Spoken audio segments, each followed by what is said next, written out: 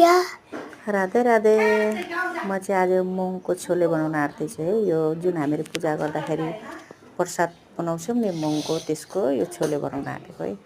यसमा चाहिँ मैले यो सबै प्याज लसुन अदुवा अनि आलु गरेर सबै थोक मसला जे मसला चाहिन्छ सबै थोक मसला हालेको छ।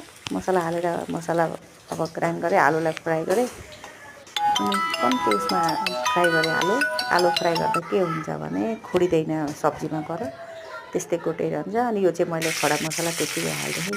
अनि प्याज स्याज हालेर मजाले भुटेर अनि यो टमाटर चाहिँ मसलामा हालेर मैले पिसेँ। अनि पिस्दाखेरि के हुन्छ भने मसला अलिक धेरै जस्तो लाग्छ। अनि यसरी टमाटर पिस्दा चाहिँ मसला अलिक गाढा हुन्छ, अलिक बाक्लो भएर अनि राम्रो मसला धेरै लाग्छ।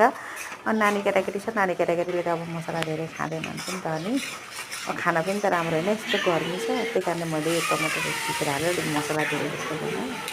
अनि गोटै खुर्सानी पनि लगाएँ, किनभने सानो बच्चा छ अनि त्यसले खान सक्दैन। यसरी यो बनाउँदा चाहिँ बहुत हेल्दी, यो केटाकेटीले पनि खान सक्छन्।